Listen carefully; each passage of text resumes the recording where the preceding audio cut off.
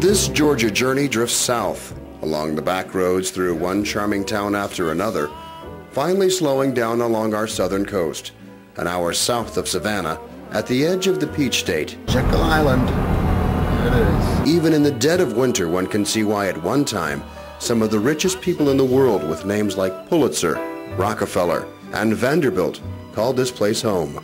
It's 7 miles long and 1.5 miles wide. Nearly 2/3 of the island remains untouched by man today. Beautiful. Beyond the endless beaches and golf courses stands the Jekyll Island Club Hotel in the Millionaire Village. Built in 1888 as a hunting retreat for the rich, this National Historic Landmark is one of the finest old Victorian hotels in the country. Nestled among the live oak trees cloaked in Spanish moss, it's a must-see on any visit. Rich industrialists from the north intended to use this island as a members-only private reserve. At one time, nearly 1/6 of the planet's wealth called this island home. The richest men in America created the Federal Reserve Bank along these shores, and the first transcontinental phone call was made between New York and San Francisco by way of Jekyll Island. AT&T boss Theodore Vail was sunning himself on the island when Alexander Graham Bell rang up his assistant.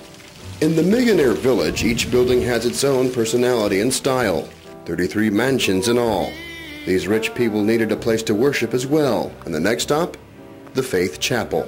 This back behind me is a stained glass window, and from the outside it doesn't look like a whole lot, but when you go inside, you'll find out that it's one of the rarest stained glass windows in the world. In this small, unassuming wooden chapel, a stained glass window installed by Louis Comfort Tiffany. You can count on one hand how many pieces of work Tiffany signed personally. It's a moment of unexpected beauty. Just like Driftwood Beach, where strange wooden formations seem to grow out of the sand. Walking is encouraged. And if not that, how about riding a horse? Seeing the island like this is a great way to appreciate Georgia's coast. It's not totally ideal for, sunbathing. But even though it's cold and windy out here right now, it's still a beautiful place to come and check out.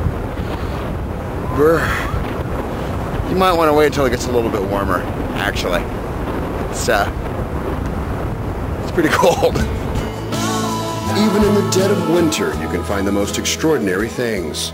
It looks a lot like an old glass fishnet float that's washed ashore, but it's really an island treasure produced by the Jekyll Island Welcome Center. Throughout the winter, beach buddies, as they're called, hide these treasures along the 10 miles of beach, encouraging people to come out and find them. Jekyll Island, once the playground for the rich and famous, turned out to be a bargain for the state when acquired in 1947 for $650,000. Films like Glory and The Legend of Bagger Vance have captured her beauty in the past.